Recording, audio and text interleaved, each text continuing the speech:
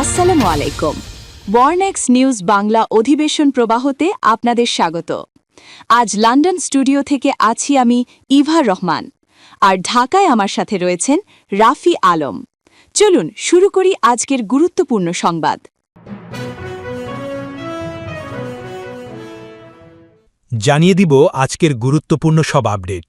আন্তর্জাতিক সংবাদ প্রথমেই জানিয়ে দিব আমেরিকার সাথে মিলছে না চীনের কথা, শূন্য ভাণ্ডার নিয়েই ফিরলেন ট্রাম্প। এরপর আরও জানিয়ে দিব হঠাৎ বাহরাইনের উপর ক্ষেপেছে ইরান। আরও জানিয়ে দিব অস্ত্র পরীক্ষার প্রতিযোগিতায় নেমেছে ভারত পাকিস্তান। এবং সর্বশেষ জানিয়ে দিব পারমাণবিক শক্তিধর হতে দেয়া যাবে না, ইরানের বিরুদ্ধে যুক্তরাষ্ট্র চীন একাট্টা। শুনছিলেন সংবাদ শিরোনাম, এখন বিস্তারিত। মার্কিন প্রেসিডেন্ট ডোনাল্ড ট্রাম্প অনেক ঢাকঢোল পিটিয়ে চীন সফরে গিয়েছিলেন। তার সফর স্থগিত হওয়ার পরে নতুন করে শিডিউল করে এই সফর করা। কেন তিনি স্থগিত করেছিলেন জানেন?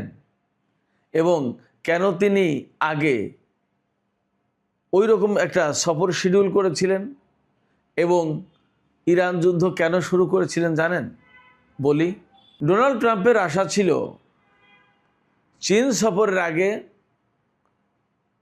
ইরানের সরকার পরিবর্তন করে দেবে, ইরানের বহু নেতা, গুরুত্বপূর্ণ কর্মকর্তা, সেনা কমান্ডার তাদেরকে হত্যা করবে, ইরানের সরকার পরিবর্তন করে দেবে এবং নিজেদের পছন্দ মতো একটা পুতুল সরকার বসাবে। পুরো মধ্যপ্রাচ্যে আমেরিকার জয় জয়কার চলবে।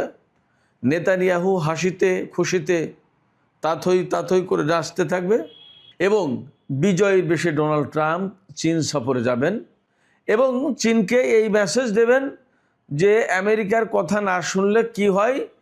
তার উদাহরণ হচ্ছে ভেনিজুয়েলার প্রেসিডেন্ট নিকোলাস মাদুরো এবং ইরানের সর্বোচ্চ নেতা সাইয়েদ আয়াতুল্লাহ আলী খামেনি এবং ইরানের সরকার। ফলে আমেরিকার শাসন চলবে পৃথিবীতে, আমেরিকার কথা মতো চলতে হবে, তা না শুনলে বিপদ সবার জন্য। এইরকম একটা মেসেজ দিতে চেয়েছিলেন, বিরাট আশায় বুক বেঁধেছিলেন ডোনাল্ড ট্রাম্প এবং তিনি চীন সফরের আগেই খুব দ্রুত তড়িঘড়ি করে পৃথিবীর কাউকে তিনি ইরানের বিরুদ্ধে অভিযান চালাবেন এই কথা বলেননি। কিন্তু ডোনাল্ড ট্রাম্পের আশার গুড়ে বালি। তিনি ভুল করেছিলেন, তিনি বুঝতেও পারেননি যে ইরান এতটা প্রতিরোধ গড়ে তুলবে এবং মধ্যপ্রাচ্যে মার্কিন সামরিক ঘাঁটিগুলোকে আলু ভর্তা করে দেবে।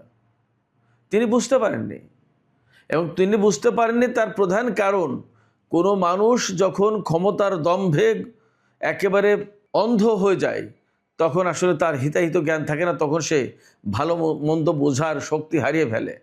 তার সামনে সত্য মিথ্যা সব সমান মনে হয়। এছাড়া নেতানিয়াহু ইসরায়েলের প্রধানমন্ত্রী, তিনি কিন্তু ডোনাল্ড ট্রাম্পকে এমনভাবে উস্কানি দিয়েছেন এবং এমনভাবে স্বপ্ন দেখিয়েছেন।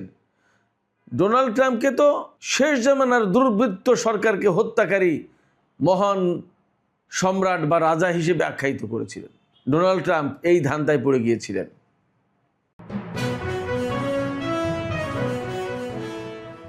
যদি আবারও যুদ্ধ হয় এবং যুক্তরাষ্ট্রকে বাহরাইন ঘাঁটি ব্যবহার করতে দেয়, তাহলে বাহরাইনের মানুষকে দেশের নাম ভুলিয়ে দেওয়া হবে বলে হুমকি দিয়েছে ইরান। বৃহস্পতিবার ইরানি আইন প্রণেতা ও সাবেক পররাষ্ট্রমন্ত্রী মানুচেহের মুত্তাকি এমন হুমকি দেন।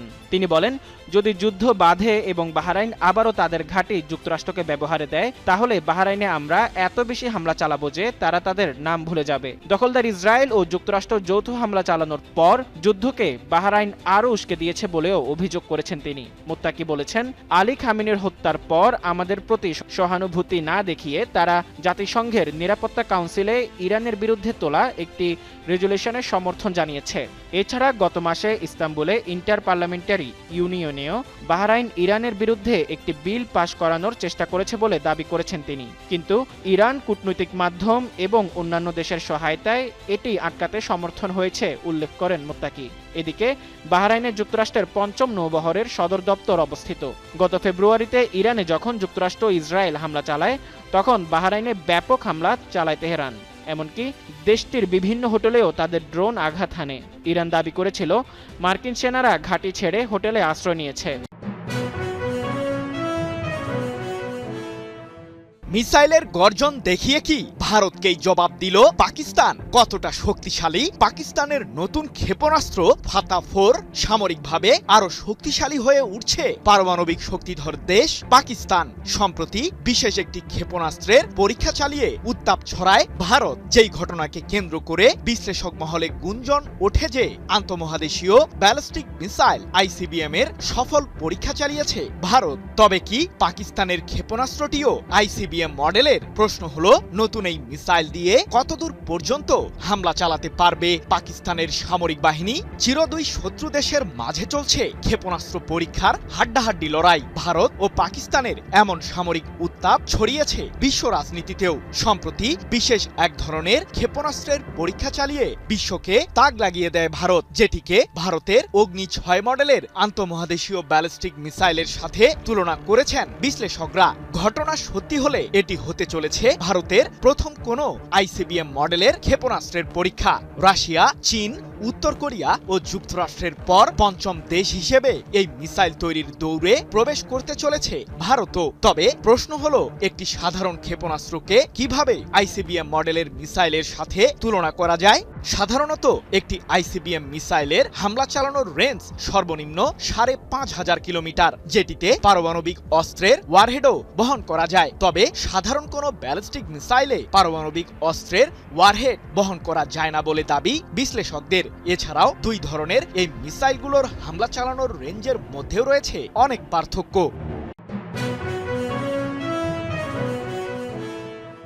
প্রায় এক দশকের বিরতি স্থানীয় সময় বুধবার সন্ধ্যায় বেইজিংয়ে অবতরণ করেন চীনের চিরপ্রতিদ্বন্দ্বী যুক্তরাষ্ট্রের প্রেসিডেন্ট ডোনাল্ড ট্রাম্প। দুই দেশের বৈরী সম্পর্কের ইতিহাস থাকলেও রাষ্ট্রীয় অতিথিকে বর্ণাঢ্য কায়দায় বরণের আয়োজনে কমতি রাখেনি বেইজিং। উষ্ণ অভ্যর্থনা আর কড়া নিরাপত্তা ব্যবস্থার পথ বেয়ে পরদিন গ্রেট হলের বাইরে দেখা হয় প্রেসিডেন্ট ডোনাল্ড ট্রাম্প আর চীনের প্রেসিডেন্ট শি জিনপিং এর। রাজকীয় অভ্যর্থনা পর্ব শেষে প্রথম বৈঠকে বসেন তারা। চীনের সাথে বন্ধুত্বপূর্ণ সম্পর্কের দাবি করে একে আরও মজবুত করার আশাবাদ জানান প্রেসিডেন্ট ট্রাম্প। এমনকি প্রেসিডেন্ট শি জিনপিংকে মহান নেতা সম্বোধন করে তার বন্ধু হতে পারাকে গর্বের বিষয় বলতেও দ্বিধা করেননি তিনি। আপনার সঙ্গে থাকা সম্মানের, আপনার বন্ধু হওয়াও সম্মানের। যুক্তরাষ্ট্র চীন সম্পর্ক আগের যে কোনো সময়ের চেয়ে ভালো হবে। এ বৈঠকের দিকে পুরো বিশ্ব তাকিয়ে আছে। যখনই সমস্যায় পড়েছি আমরা সেটার সমাধান করেছি। আপনাকে ফোন করেছি, আপনি আমাকে ফোন করেছেন। মানুষ জানে না, কোনো সমস্যায় পড়লেই আমরা তার দ্রুত সমাধান করে ফেলি। নির্ধারিত সময় গড়িয়ে প্রায় 2 ঘন্টার বৈঠকে সামরিক ও অর্থনৈতিক দিক থেকে বিশ্বের শীর্ষ ক্ষমতাধর দুই দেশের প্রেসিডেন্টের আলোচনায় বেশি গুরুত্ব পেয়েছে দুই দেশের বাণিজ্যিক সম্পর্ক আরও দৃঢ় করার বিষয়। অন্তত আগামী 3 বছর দুই দেশের সম্পর্ক আরও গঠনমূলক, কৌশলী আর স্থিতিশীল করতে একমত হয়েছেন দুই নেতা। চীনের প্রেসিডেন্ট শি জিনপিং বলেছেন, দুই দেশকে প্রতিদ্বন্দ্বী নয়, হতে হবে অংশীদার। প্রাচীন গ্রিক রাজনৈতিক তত্ত্বের উদাহরণ টেনে জিনপিং বলেছেন, উদীয়মান শক্তি ও প্রতিষ্ঠিত শক্তির প্রতিদ্বন্দ্বিতা প্রায়ই যুদ্ধ ডেকে আনে। উন্নতি, অগ্রগতি নিয়ে কথা বললেও বাদ পড়েনি স্বায়ত্তশাসিত দ্বীপ তাইওয়ানের স্বাধীন হওয়ার চেষ্টায় যুক্তরাষ্ট্রের ইন্ধনের বিষয়টি। এ বিষয়ে কোনো ছাড় না দেওয়ার কড়া বার্তা দিয়েছেন তিনি। তাইওয়ান নিয়ে অস্বস্তি ট্রাম্পের সফরের আগেই জানিয়েছে বেইজিং। 4টি রেড লাইন উল্লেখ করে সামাজিক মাধ্যমে পোস্ট করে যুক্তরাষ্ট্রে চীনের দূতাবাস। এগুলো হচ্ছে তাইওয়ান, গণতন্ত্র ও মানবাধিকার, রাজনৈতিক পদ্ধতি আর চীনের উন্নয়নের অধিকার।